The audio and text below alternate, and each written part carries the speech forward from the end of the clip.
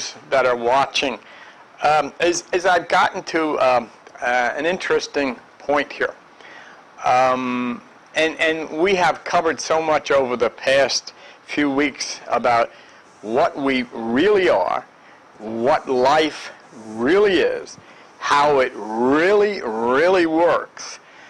And now I've reached the point of turning the latch on the door that is probably the most important door that all of us will eventually walk through, and the post office box on the front of that dark house says death on it. And when we open that door, who will be standing on the other side, or who greets us at that door? What is that all about? What is dying all about? What is living all about? How does it work? Now, when you come in here, many of you come often, many of you come when you can.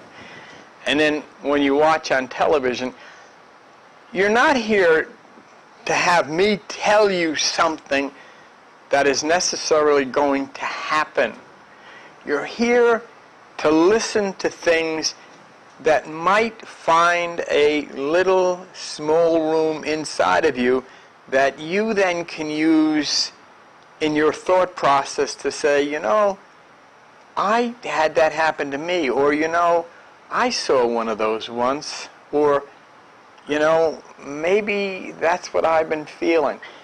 In other words, nothing counts until it happens inside of you.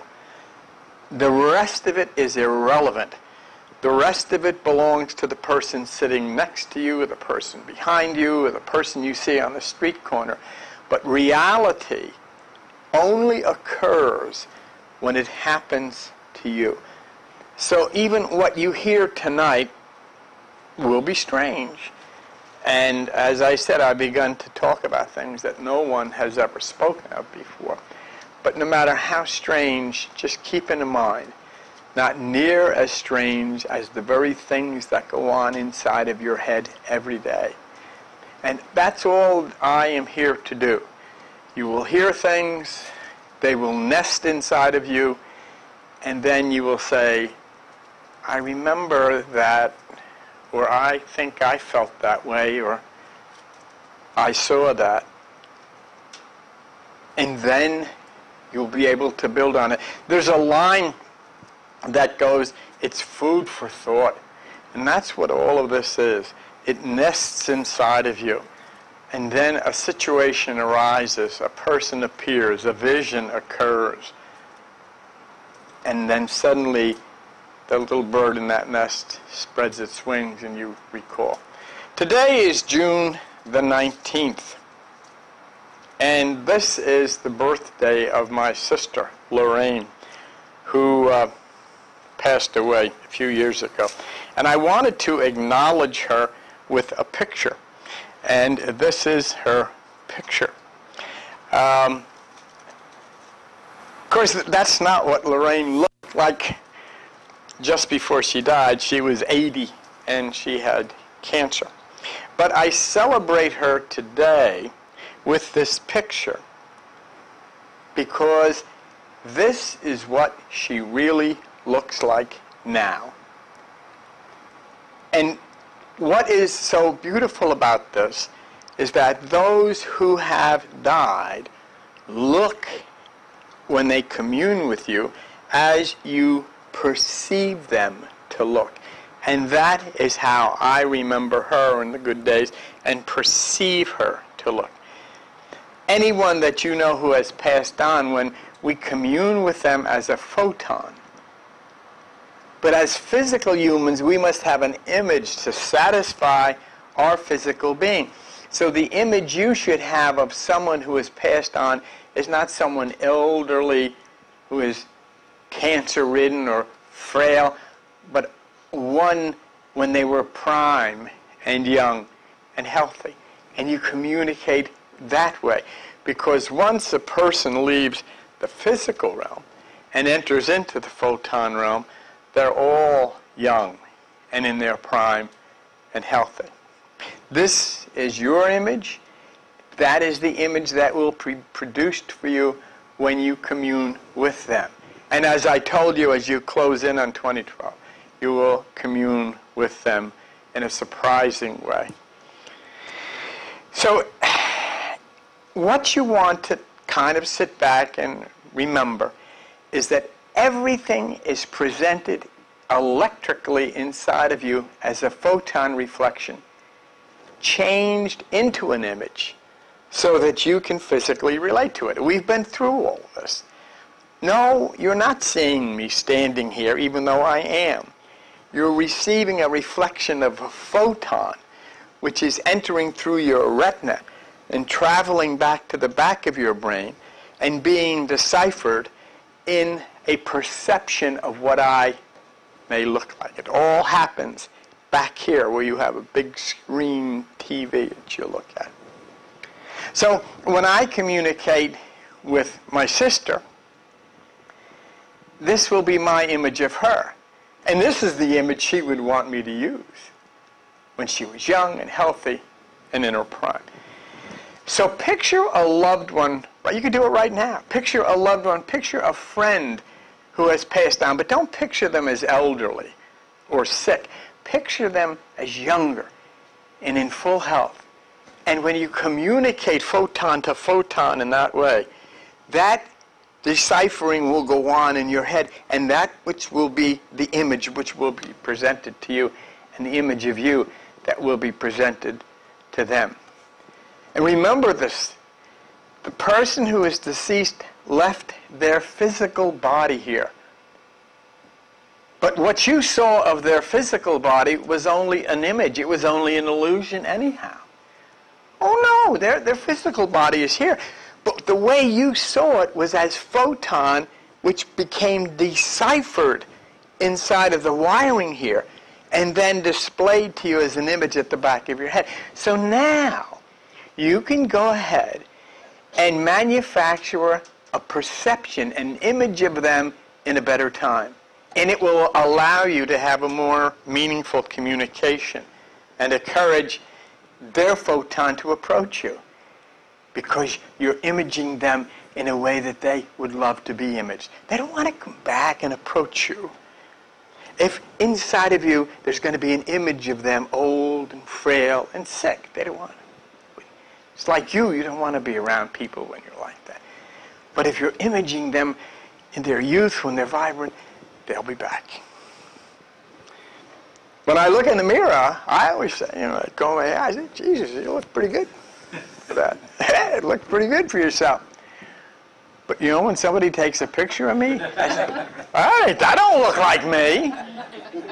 That's not the image. That's not the way I perceive myself. And each one of you may perceive me a little differently. So perception is how you see outside, and how you see me, and how you see a deceased loved one. And you may say, wow, yeah, I can see you, but I can't look at their physical body. Keep in mind, you can't look at mine either. You're getting packets of photon information, which is then deciphered. These are all electrical impulses. And they go back 2 wires, and on the trip back to the back of your brain, they're all deciphered. And in the back room is where the image comes out. So you got to understand that you're dealing with someone in a total photon state. And you are giving them a body in this photon state, a photon transaction inside of you, and saying, hey, Lorraine, I'm thinking of you. I'm thinking of you that way. She'll be here.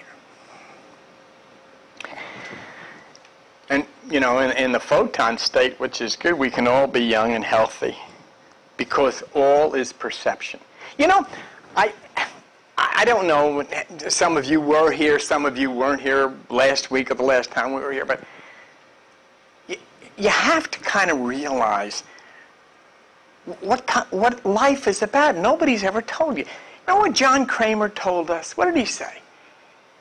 He said, if you go out tonight and look up into the sky and look at a star, that star may be 1,000 light years away.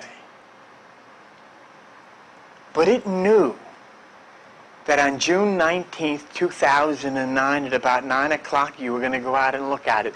And so the photon left 10,000 light years ago so it could arrive and touch your retina just when you went out there tonight.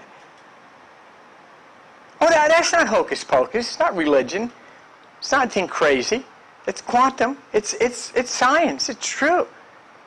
The photon knows thousands of years before you look at it. When you're going to look at it, it knows everything. Let me tell you, let me give you an idea. See, now that I know this, and you know it because I've shared it with you, that photons know everything in advance. Remember I told you the scientists said, okay, we're going to build this special machine, and then we're going to change the routes at random so the photons won't know where they were going. And the photons they put into the machine knew before they changed which way they were going. And they said the photons even knew what the machine was going to look like before they made it. I'll give you an example of photons. Today I told you a story of the car broke down and so forth. We have walkie-talkies. We use them for the motorhome. We have a motorhome, so we use them. And Joan will show me, back up now, don't back up too fast. And all right, over and out and all that kind of stuff. We never use them in the car. We never use them. For some strange reason today, I said to Joan, hey, I put the batteries in the walkie-talkies here. You have one, I have one, we can talk. Never use. You know why I did that? Because the photon knew what was going to happen. It couldn't change it, but it knew what was going to happen. And so the photon arranged for my brain to say, hey, let's get the walkie-talkie. And I did, and you know, as soon as I started to break down on the parkway, I said, hey, Joan, pull over him. And right away she pulled over. And now I know how it works.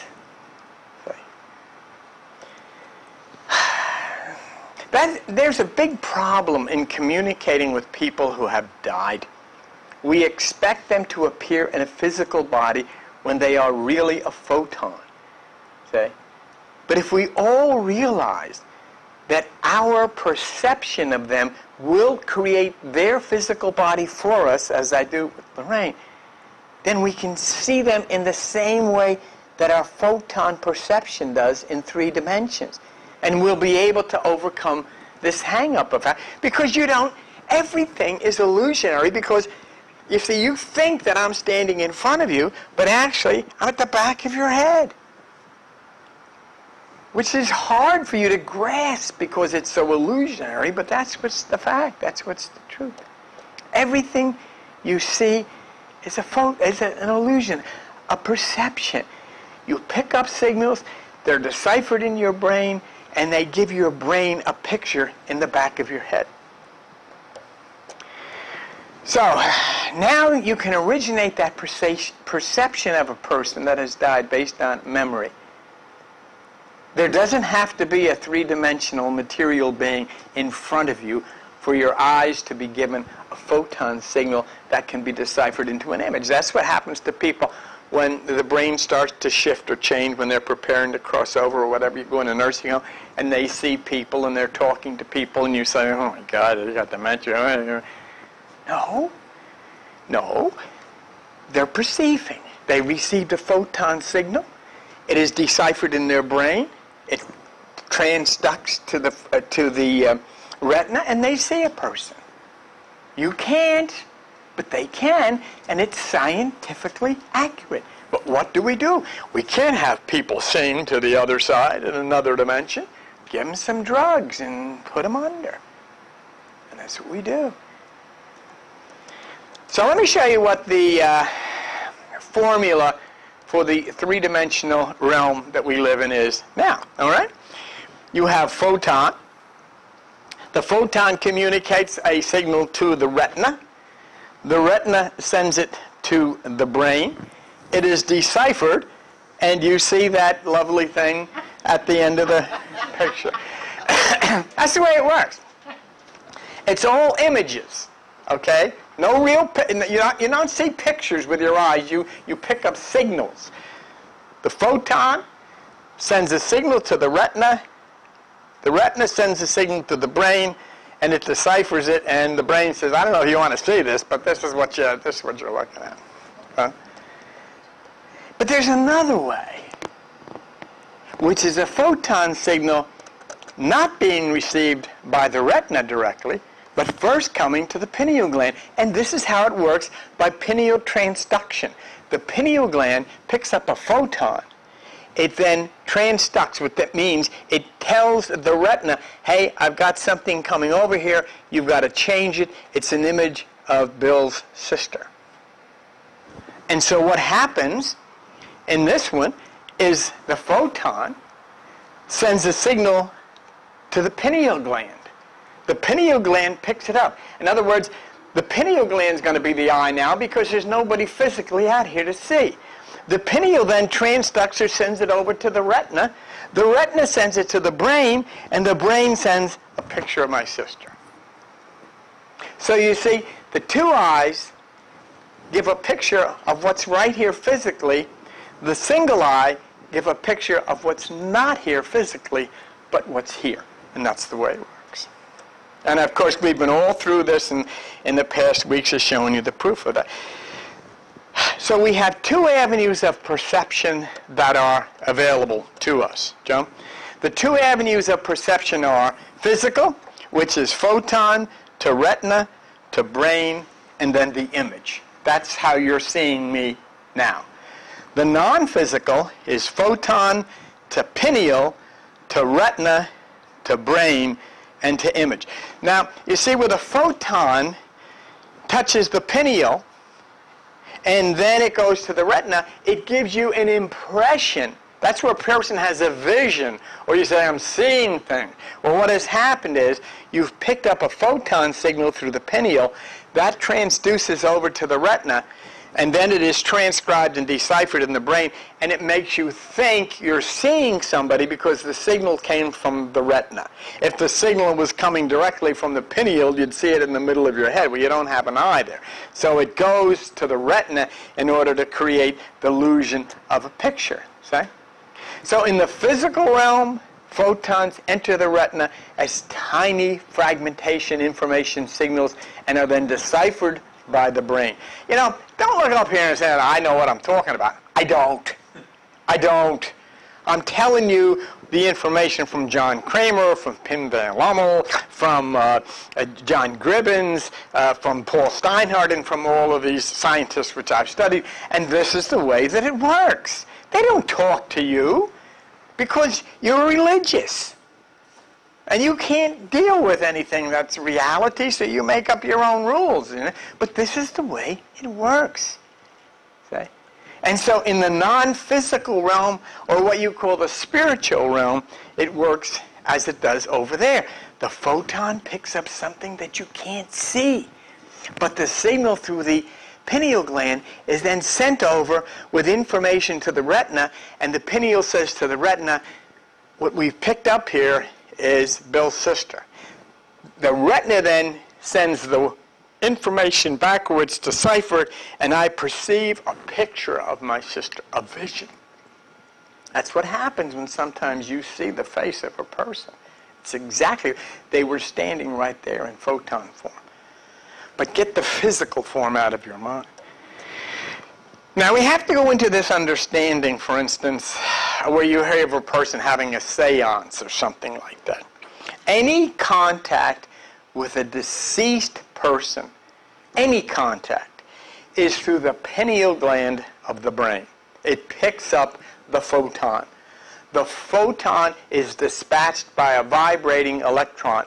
When the photon is out there, if the electrons in your pineal get excited, they will absorb that photon, ship the information to the retina, and you'll get a vision. That's the way it works. All right? In order to get a better idea of how this can happen, we'll look at a paper from Colorado State University on the pineal function. The pineal is in your head, and it is the conduit also for communicating with those that we consider to be dead. All right?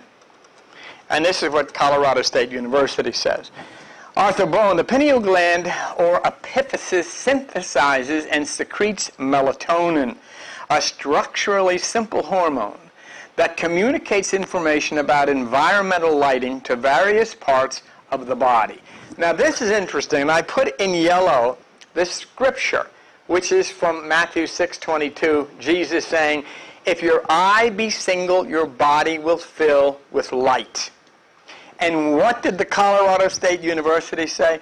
It secretes melatonin that communicates information about environmental lighting to various parts of the body.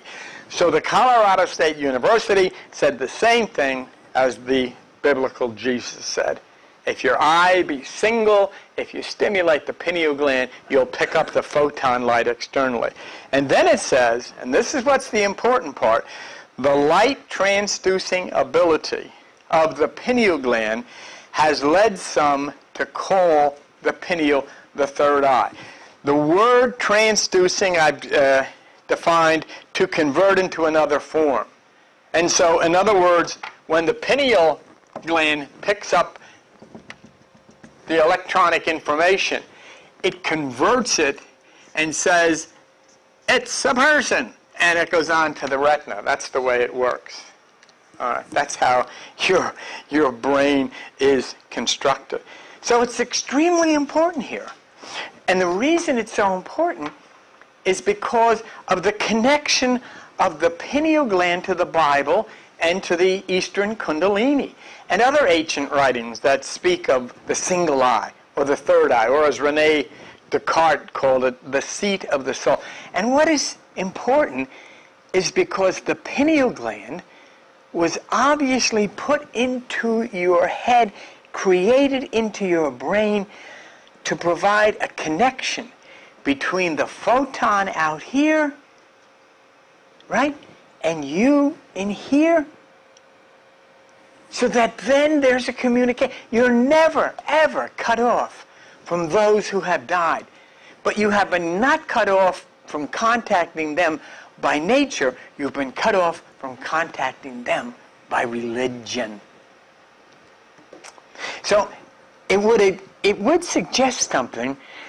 There are beings who live outside of our body, which are in photon state. And it would strengthen the possibility of those who have lived with us as our family members are now living outside of the body. But now we start to see a scientific approach to contacting them, because a way has been built into the design of your body and your brain to allow such things to happen.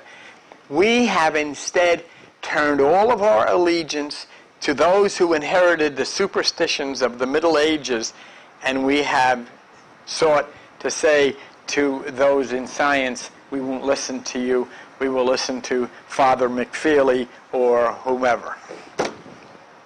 And you see what we've got in return. So how does the pineal gland allow you to see into another dimension and receive, say, a perception or an image of a deceased person?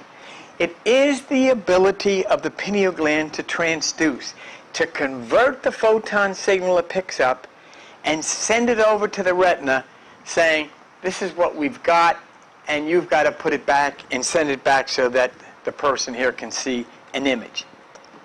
Now, how is the pineal gland connected to the eyes?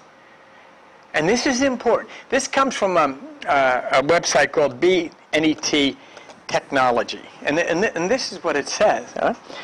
Eye to eye, scientists are taking advantage of unexpected similarities between the eye's retina and the brain's pineal gland. How do you like that? The retina and the pineal gland are the organs primarily responsible for the body's recognition and sophisticated processing of external light.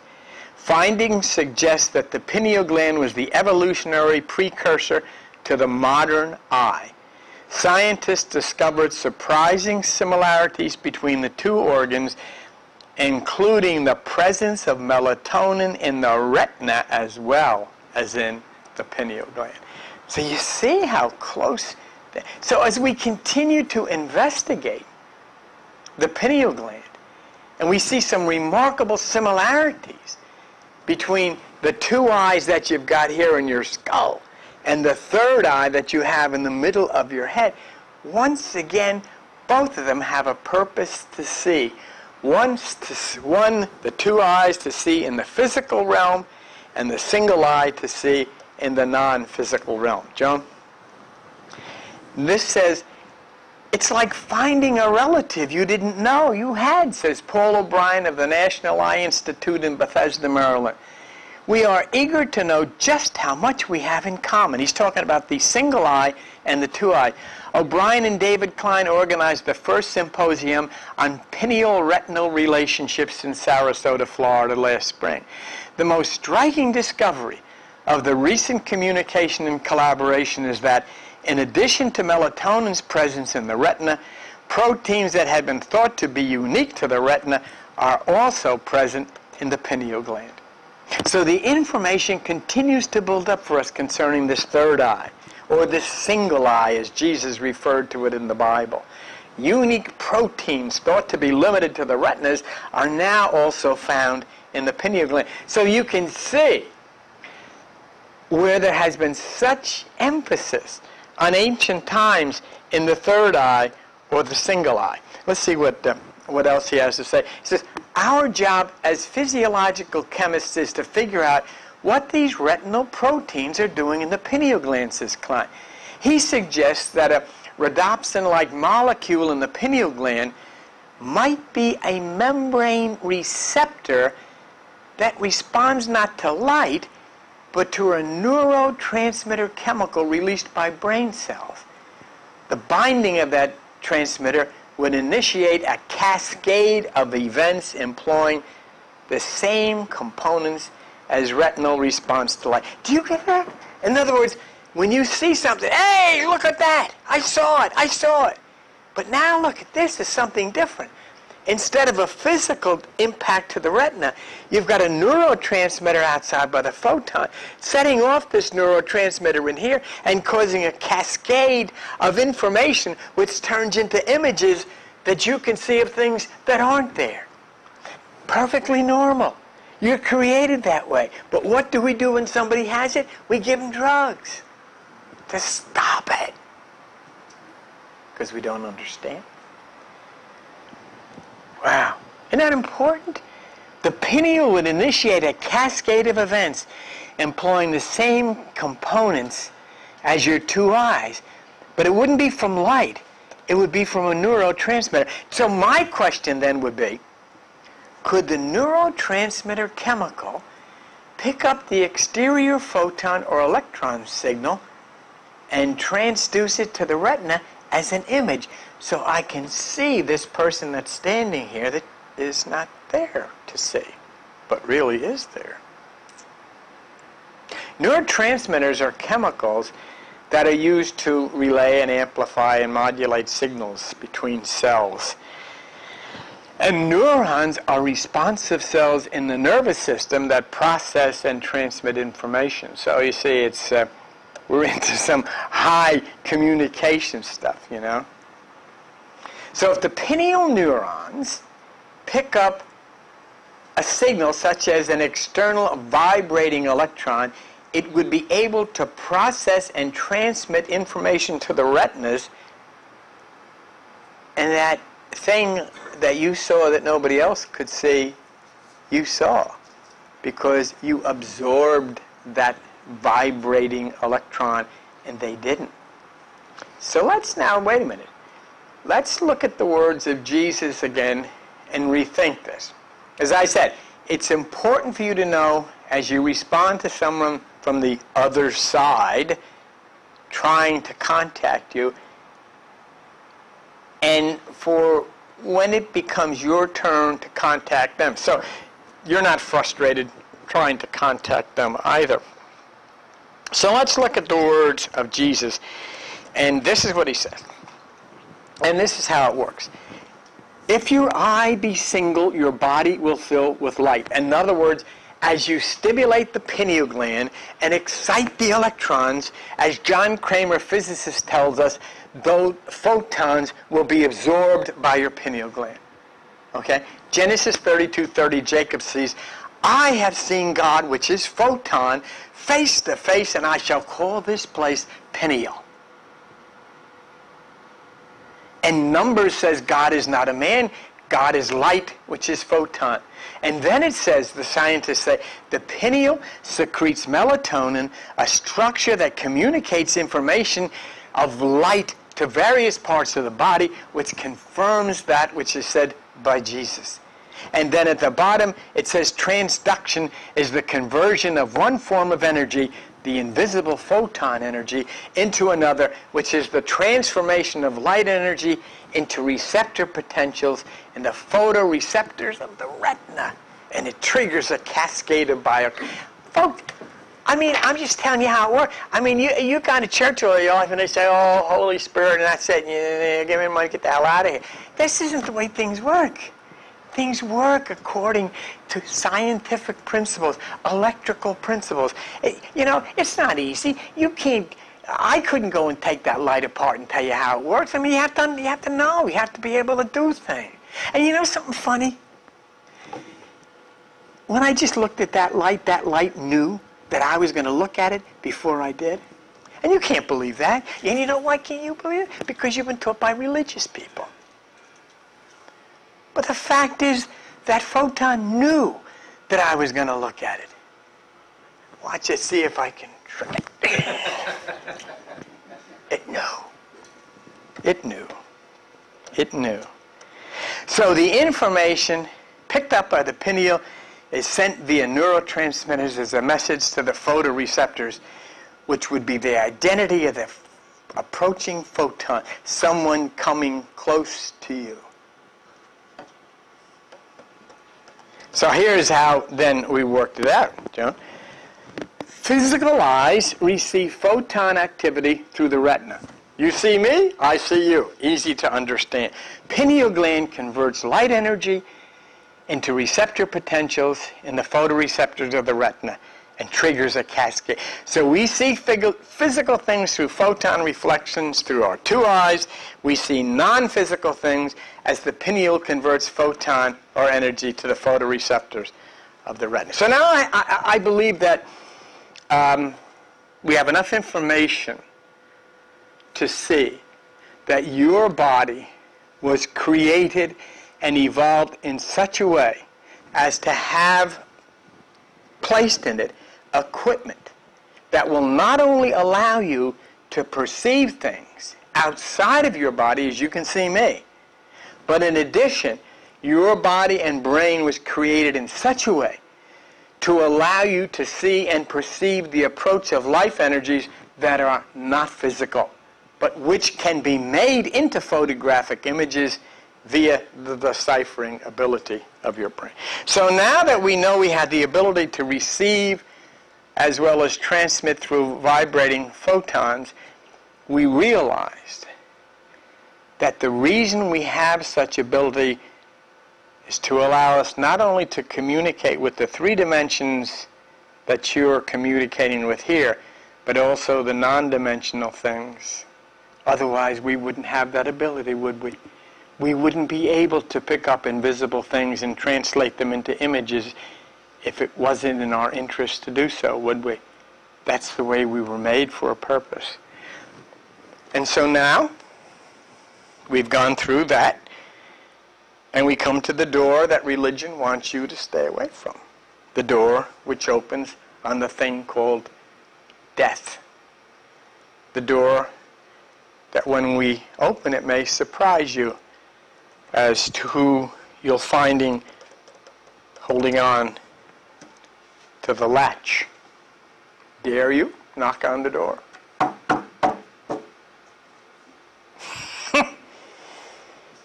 Maybe you have to open the door yourself. Who will be the first to go up and turn the latch onto the door of death?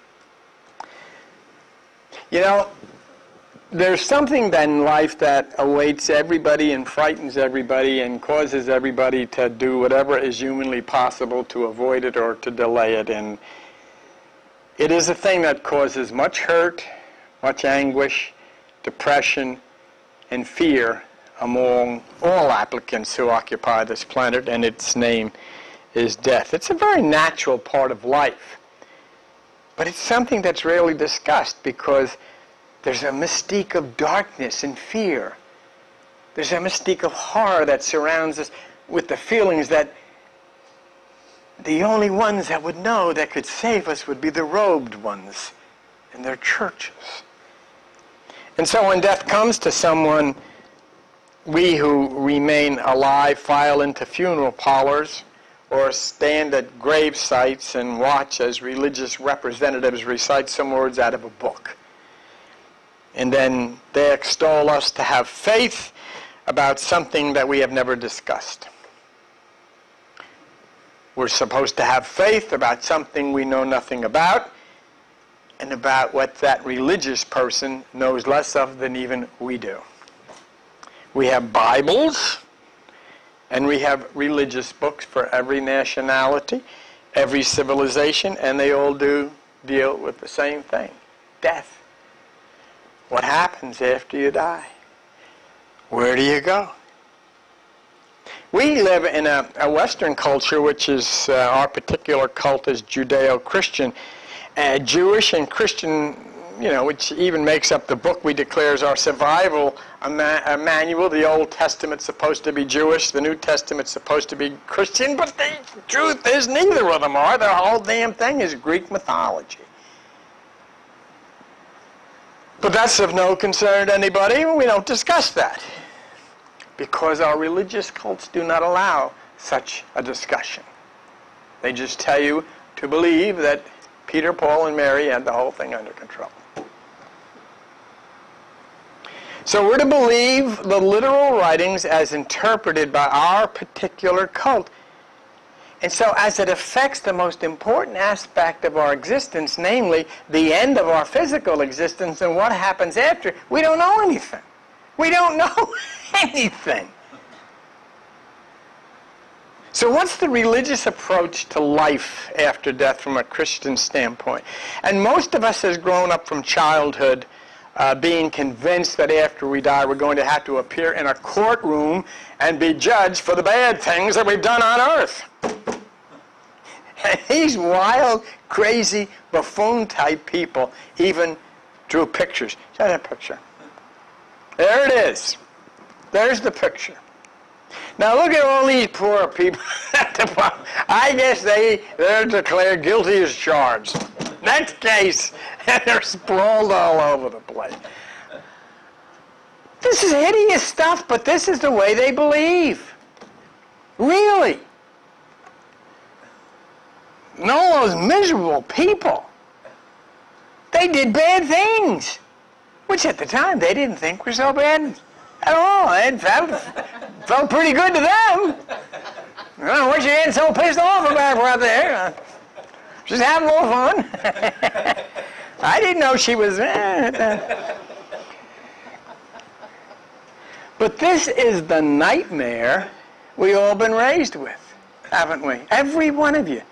The fact that the guy sitting up on the judge's seat, way up at the top, he admitted in the Bible that he created the evil that all of those miserable wretches screwed up on in the first place. Doesn't make any difference. Guilty. Who created this evil stuff? I did, but you're guilty anyhow. To hell with you. Get down there and arrest them. Don't come around me snarling.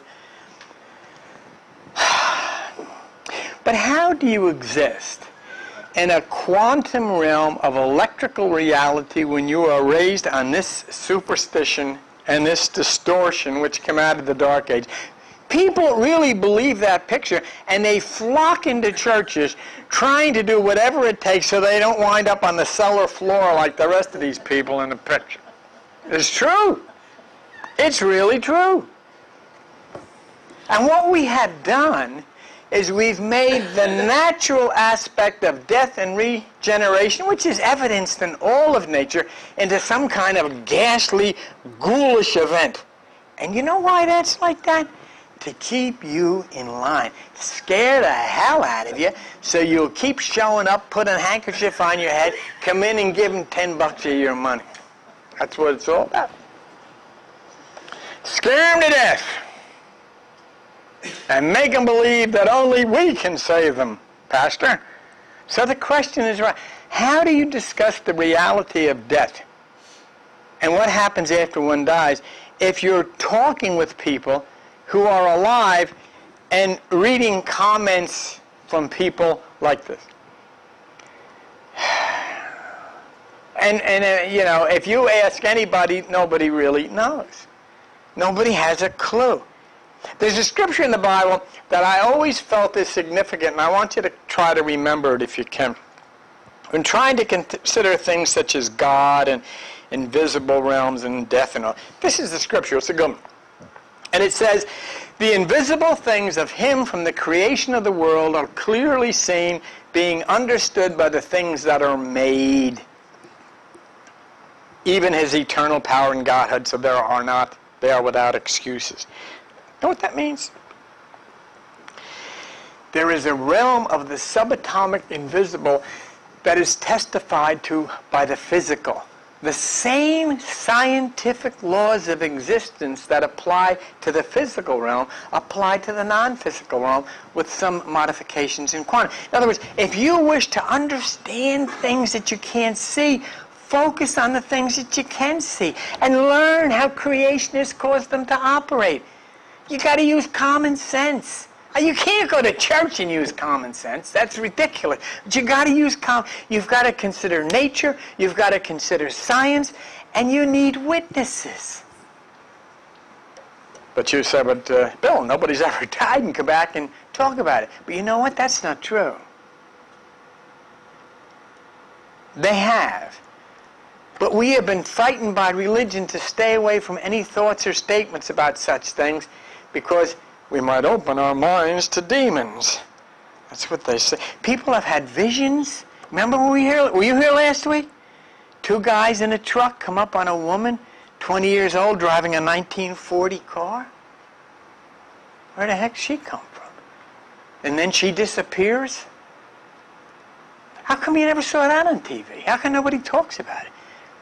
People see UFOs and our cultures are totally discounted. I don't know if you saw this guy, Edgar Mitchell, who was the first guy on the moon, and he's been on television a couple times.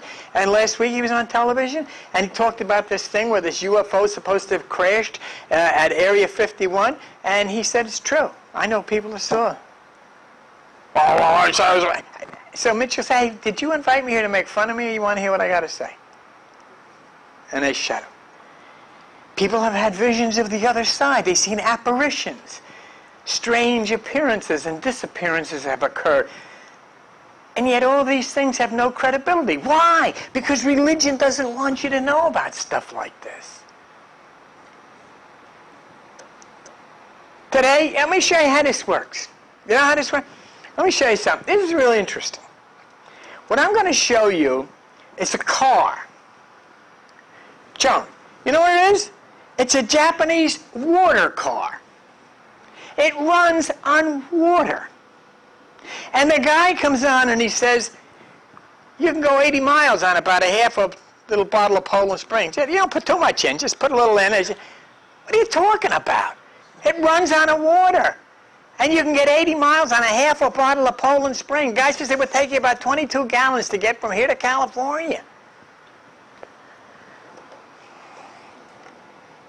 In 1998, there was an American by the name of Stanley Myers, and he invented his own water car, which was a water buggy, and he claimed he could drive from New York to California in 20 gallons.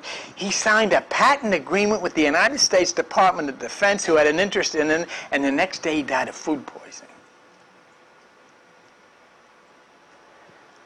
The point that I'm making with that is that the possibility of the Japanese water car coming to the United States is very small because it would have a negative impact on the U.S. oil industry, as would have Stanley Meyer's invention when the government now had. So there's a big fight going on that you can see at Washington with our health care. They don't give a blast about your health. They give a blast about all of these companies that gave them these billions and billions and billions of dollars. That's why they don't want you to have health care. They don't want to cure cancer. It's a boondoggle. You make too much money with that stuff. See? There's a problem here. That's why the Bible says you can't serve God and mammon. You can't make a profit when you're helping people. See?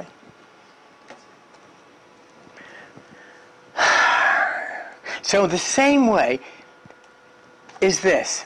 If you begin to learn the truth about what you're hearing here tonight, about other universes and UFOs and visions beyond this dimension, it's going to knock the hell out of the religion industry.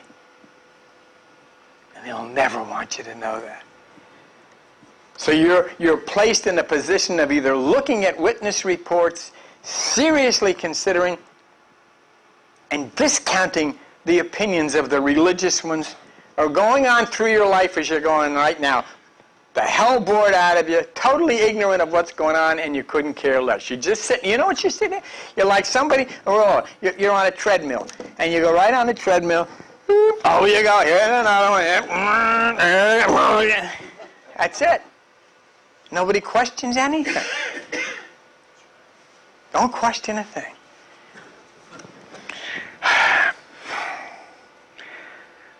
All of the things considered to be scary and off limits are what you must accept as real and scientifically accurate if you wish to open the door to the realm of the dead. I was reading a book the other day about the brain, and they were talking about, I forget what university hospital, they had a woman whose left hand tried to strangle her all the time. And the only thing that saved her life was her right hand. And then you know what the doctor said? The scientist? There were two persons in there. Two distinct persons. One wanted to kill her, and the other wanted to save her. One was on the left side, and one was on the right. You never heard that, did you? Because they don't tell you stuff like this. So you decide. You can either open that death door and we'll find out what the heck's going on and get involved in it and straighten it out and stop worrying about it. Or you can be presided over by the robed wizard reading out of a book of religion that is more bizarre than a UFO sighting could ever be. So this is what I'm asking you to do. Turn your backs on the nonsense of religion. But let's look at human life from the visible as a human being. Okay? Here we go. There's the fetus. Inside of the mother receives the photon. In other words, the photon comes into the fetus, and the fetus becomes a viable person. Then, the fetus is born and is a baby. But the photon is still the photon that came into the fetus. It hasn't aged today.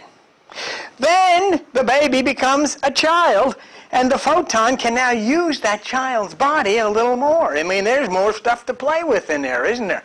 You can figure out this, you can play jacks, or you can go play ball, or a lot of stuff you couldn't do before as photon. Now the photon becomes a teenager, and it really gets good. But it's the same photon that went into the fetus. It hasn't aged. The same photon, it's the same photon. It's just got more equipment to use, more things to play with. It's got more RAM in the computer. Does it make sense to you? And then we go, and we go a little further. And here we now have fetus into an adult. But it's the same photon that was in the fetus. Photon into the elderly. And now photon in the dying person, and photon says, I am getting the hell out of here. This ain't working anymore. See you, Granny. Dump the body, I'm on my way, and I'm going to get a new car. It is no different. Your photon is allowed to hang in there until the car is no longer drivable, and then it gets out.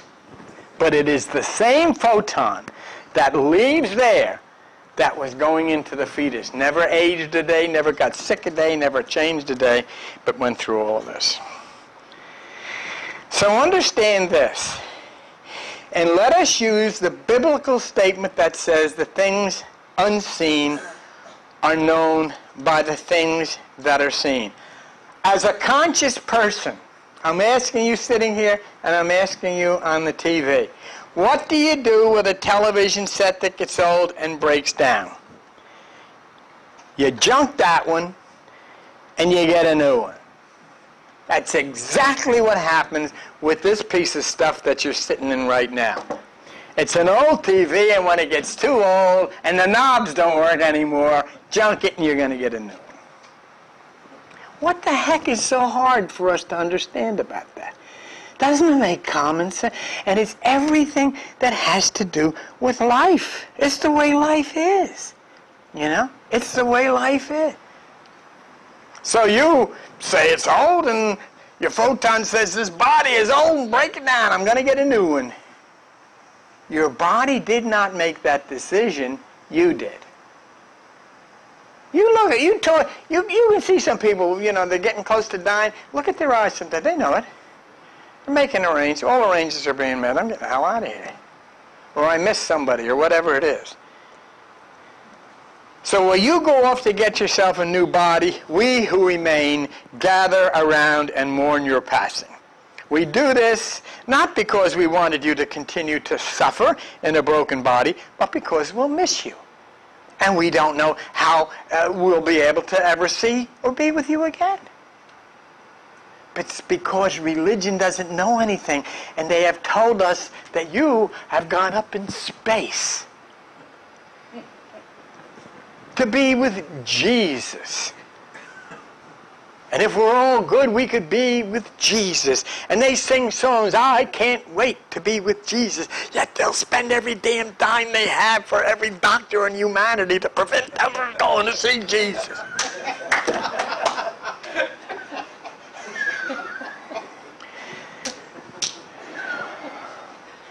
They never told us that all of this really happened and that the equipment we're using broke down. You went out to get a new one. Oh, Uncle Joe died. Uncle Joe's body broke down. He went out to get a new one. So you ask, well, where's Uncle Joe now? Well, if you're finally willing to shut the doors on these churches and listen to people, you can go start bringing along for him. Hey, Joe! Otherwise, if you're attached to pastors and preachers, you'll have to wait until you die. The problem is you never do. So what are you going to do? Your equipment will break down and you're going to have to go looking for it. Now, if you're going to say that all of the dreams, all of the memories, all of the plans, all of the hopes and desires and fears and angers were contained within this meat and bone which is sitting on your shoulders, then you and I have nothing to talk about. If you took this thing on the top of your shoulders off, a cat would eat it.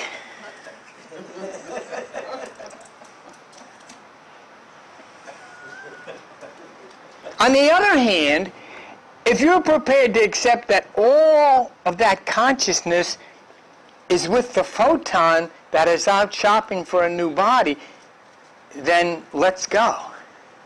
See, remember, when you consider the photon is out shopping for a new body, then you realize that photon is the person, not the body. The person shops for the car. The tires don't go shopping for a new car, the person does. And the person that's shopping for the new body is the same person you know here. See? It likes nice things, and when what it has breaks down, it goes shopping for a new one. It's the things that are unseen are seen by the things that are seen. So this is what you need to do. Imagine your loved one to be exactly the same person they were here, filled with knowledge of you in the photon state, but naturally constrained as we are by this brain in the 3 dimensions. So we can't communicate to them body to body. Your brain doesn't hold memories of your past lives, and their body doesn't hold memories of their past life. But when they're asleep or in meditation, which they do, and when you're asleep or in meditation, then contact can be made photon to photon. That's what happens when a seance is conducted and the medium is reaching out, photon to photon. It's possible to summon the energy of that loved one who is either sleeping or whatever from another dimension. See, that's why you shouldn't go to a funeral parlor after somebody died. You should all get around in a circle and start saying, "Joe, where the hell are you?" Stop making it so dark. It's not. So 2 conditions have to be met, okay? If you want to make contact, the deceased must not be busy with other things, because you're not going to get in touch with them if they are. The 2 of you, it's got to be just the 2 of you. You can't be busy with other things either. So your attention must be on them if you're reaching out to them, and you will then vibrate into them either in sleep or in their own meditation time. And they're not going to be looking for you because they're in a new life. They're busy. Once you vibrate your electrons to them, you'll implant into their photon consciousness a form of resemblance. You'll first appear to them in a dream or a meditation. And when they get that first contact from you, then they'll appear to you in a form of a dream or a meditation. Someone from a past life experience was trying to get in touch with you, and you saw the vision in the dream or a meditation, but you had no idea who the person was, so you dropped it. You know why?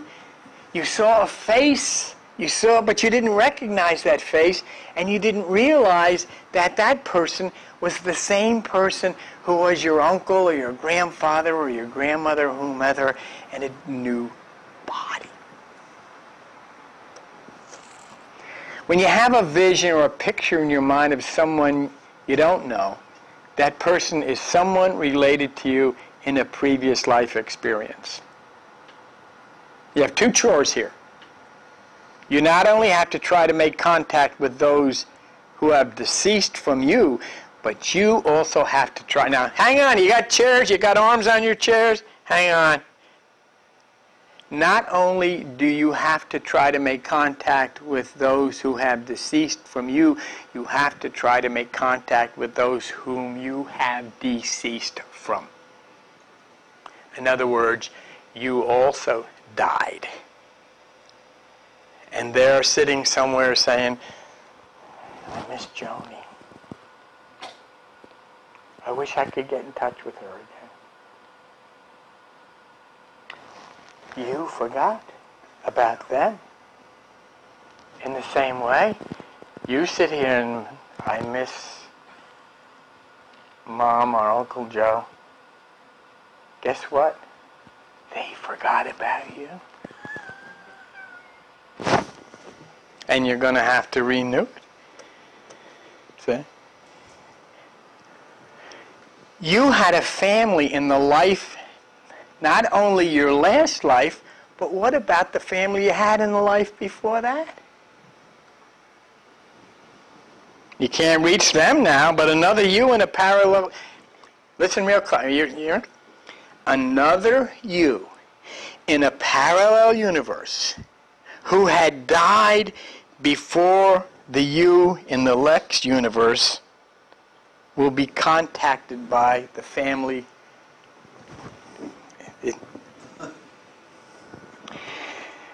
We better go to the overhead. Let's use this. All right. See if you can follow with me and so on. Top left. You're alive now. Everybody alive now? Raise your hand. Okay. You're alive now. All right. Somebody in your family has died. Everybody got anybody in the family has died? Thank you very much. Now, your previous family is calling you now, but you don't recall them. You're worried about contacting Grandma who died. You're not worrying about the people where you died who are trying to contact you. You know what? Do you know what? I'm telling you stuff here you never heard before, did you? Now, look at the red one. See this red one here? You're alive, but you died. Your previous family is calling you, and you don't know who the hell they are. You don't remember them. You don't recall them at all. Look at the yellow one. The yellow one is a family that was before the red one, and they called you, and you don't know who they are either. And here we have the same thing. So you go back, family after... Now I'm proposing to you that even though you don't recall the red family, you don't recall the yellow family, you don't recall the white family, they are all the same photons. They are entangled forever. Hang on to the chair again. Here we... Everybody who's ever been in your family always was in your family and always will be in your family. They're all the same photons. It is just the memory of the past that is blocked by your three-dimensional brain. Once you become a photon, you'll gather around with the family and you can recount all of your experiences. When you tried to light the gas lamp in 1736. You remember that one, John? Yeah, was that your... See, you get all of that stuff. When you get married the next time, may not look like the same person, but you know what? It is. Because it's called photonic entanglement. Once photons entangle, they're always the same. So you have a unique family that is yours, has always been in the past, and will always be in the future. Oh, you see? For instance, I married John. I was going with somebody, but you know what? The photon know all things before they happen. And the photons knew that I would marry her and she would marry me. How come? It has to be that way because it's the way it's always been. We're entangled. I've always been entangled. You're with somebody because you have to be. You say, oh, I don't care. I'm divorcing that person. I'm out of here. Well, that's the interception of the physical, but you know what? Comes around the next time, and you'll see this little hot tootsie sitting there. It's the same one. Oh, Jesus.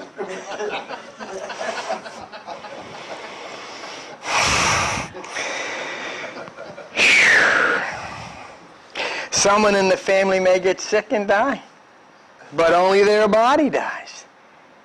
They will continue as a photon entangled with this family photon and will return in some way as part of the family. That's the entanglement of quantum. So if you have live family members now, you can look at them and realize that in the photon realm, they've been entangled with you forever. Doesn't make any difference whether you love them or not. You might hate them. But in the photon realm, you are entangled and will come back in new circumstances, and you'll never remember this. It's the circle of life. And that's what it is. And this is what I'm talking about right here. And this is how it's portrayed, John. It's called Ouroboros. The circular serpent biting its own tail represents eternity, and the cycles are a circle of life. Medieval alchemists linked it to the cyclical process in nature. Well, of course, all of these drawings and all that stuff, it's all nice, but it's called photon entanglement. It's quantum photon entanglement. That's the cycle. That's the circle of life. Okay? That's the nature of life and death. It's what it is, what the universe is. All photon persons are entangled, and they may spread out to various parts of the universe, but as we've said in the quantum physics, when you tickle one, it'll make the other one laugh, no matter how many million light years away they are. The important part of understanding death is in understanding the difference between your photon person and your body. And we can compare it, as I often do, to a car. This is it. Over on the right is where the photon is. That contains your memory, yourself, the I am, your awareness, your hopes, your dreams, your ideas, your love, your plans, and all that. Over here, your head is the computer of the car. Your eyes are the windshield, your ears are the radio, your mouth is the horn, your heart is the fuel pump, and your feet are the tires. And it's all stuff. And it all breaks down. The good stuff is over there, and that never breaks down. It never ages. It never gets sick, and it goes on forever. I know I'm running out of time here, and I don't, but there was just a couple of things that, if you're willing to come with me in this matter of death being photon and moving out of a useless body, just let us look at scientific experts for just a couple minutes. We can go. We're going to continue this, but I just want you to think of something here, okay? Now, look at this here. And I want you to just think about this, what you're about to see. Joan, electrodes trigger out-of-body experience.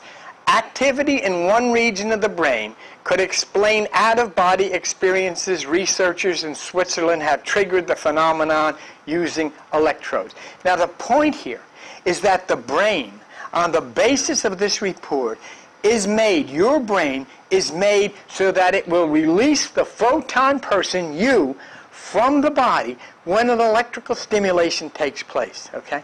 And I want you to know, this information does not come from any New Age people. It comes from Swiss researchers in Switzerland. I'm going to introduce you to neurologist Olaf Blank of Geneva University Hospital in Switzerland. Blank found that electrically stimulating one brain region, the right angular gyrus, repeatedly triggers out-of-body experiences. Blank and his team were using electrodes to excite the brain of a woman being treated for epilepsy. All right? Now, I want also here to tell you that Olaf Blank is of the Laboratory of Cognitive Neuroscience Brain-Mind Institute in Lucerne, Switzerland. This is a professional person at a university. He's not selling anything. He's not a New Age person. He's not a mystic. But he has confirmed that electrical stimulation of the brain caused the person to leave the body. And the only person that can leave the body is the photon person. See?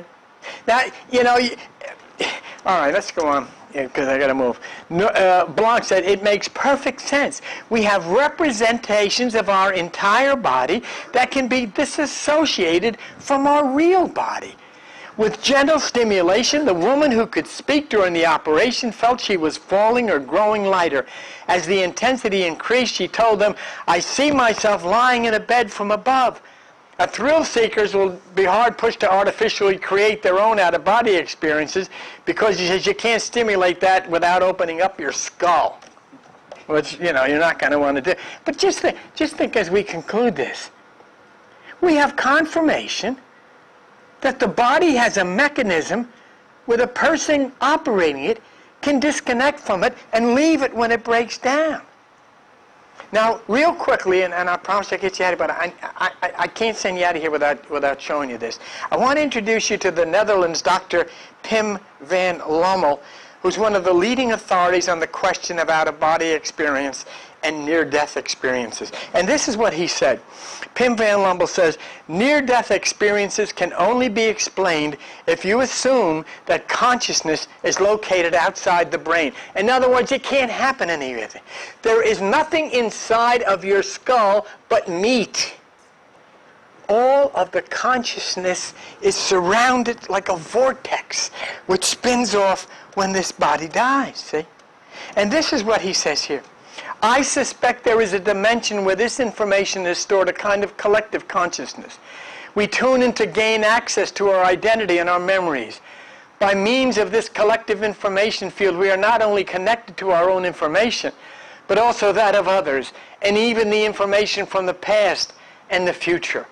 There are people who see the future during near-death experiences, and that confirms what we've been saying, because photons know the future. They know what's going to happen, even thousands of years before it happens. And look what John Kramer says here. And if this doesn't get you, every particle, John Kramer is a physicist from England, every particle that wants to give up a photon looks deep into the future to find another particle that will accept the photon. These elementary particles know the layout of the future. When a deal is negotiated, the first particle lets the photon fly off on its path, knowing full well where the other particle that accepts the photon will be when it finally gets there. When you're ready to have a communion with somebody who's deceased or somebody that you've passed on from, that photon, that is you, knows the time, the place, and it will be there. And this is how John Kramer puts it. So go out and look at a nearby star. Say Sirius. If you're in the northern hemisphere, Sirius is 10 or so light years away. Now listen to this very carefully. The photons that hit your eye knew that at the time they left the star 10 years ago, that they would hit electrons in your retina. And when you go back inside, those photons coming from Sirius knew 10 years ago, they'll hit the sidewalk. These deals were negotiated 10 years ago with particles in a star 10 light years away, long before you ever thought of looking at that star. See, you think you know, and these people think they know, and nobody knows a damn thing as to what really is going on and what really life is all about. And that's where, when you get these things, boy, this was a coincidence. No, it's because the photon knows in advance what's going to happen. It can't change it, but it can somehow stimulate you. You might not take the car, you might do something different because you feel it in here. So Van Lombel is telling us that people with out-of-body experience into the future suggests what Kramer says. Now, I just wanted to just share this with you, and then we'll wrap up. I'm going to take you to a hospital, a situation where a man goes into cardiac arrest, and he's in a coma, and he has no brain function. All right? Joan? During night shifts, an ambulance brings in a 44-year-old cyanotic, comatose man into the coronary care unit. He's found in a coma about 30 minutes before in a meadow. We go to intubate the patient. He turns out to have dentures in his mouth. I remove those upper dentures and put them onto the crash cart. After about an hour and a half, the patient's sufficient heart rhythm and blood pressure. He's still ventilated and intubated. He's still comatose. He's transferred to the intensive care unit to continue the necessary artificial respiration. Only after more of a week do I meet him again with the patient, who is now back on the cardiac ward. The moment he sees me, he says, "That's the nurse. She knows where my dentures are." I was very surprised. Then he speaks directly to me. "You were there when I was brought into the hospital, and you took the dentures out of my mouth and you put them onto that cart. It has all those bottles on it, and there was a sliding drawer underneath, and that's where you put my teeth." I was especially amazed because I remembered this happening while the man was in deep coma and in the process of CPR. It appeared the man had seen himself lying in bed, and that he had perceived from above how nurses and doctors had been busy with the CPR. Next one, John. He was also able to describe correctly and in detail the small room in which he had been resuscitated, as well as the appearance of those present, like myself. He is deeply impressed by his experience and says he no longer has a fear of death. And then when Dr. Van Lombel describes to us, why is this happening now? And it didn't happen years ago. They never had these situations years ago. And Dr. Van Lombel says, some people who have survived a life-threatening crisis report an extraordinary experience near death. It occurs with increasing frequency because of improved survival rates resulting from modern techniques of resuscitation. In other words, they couldn't resuscitate people years ago in the way that they are now. And I'll leave you with this scripture as we close the plug here. This scripture says, "We are confident, I say, and willing to be absent from the body and to be present with the Lord." And so we'll continue this work, and I rushed it here, and I'm going to go back on some of this as we go along, because we're going to go deeper and deeper into this, and I guarantee you that if you stick with me, when we get done, you'll know this situation of death as an exciting element of life which makes all things new and reunites you with this photon family that you have been with and you've been coming and going with all of your life. You would have known this stuff years and years and years ago if superstitious religion hadn't broken in and separated you from the light, which is the supreme photon of God. Bye-bye, and we'll see you soon.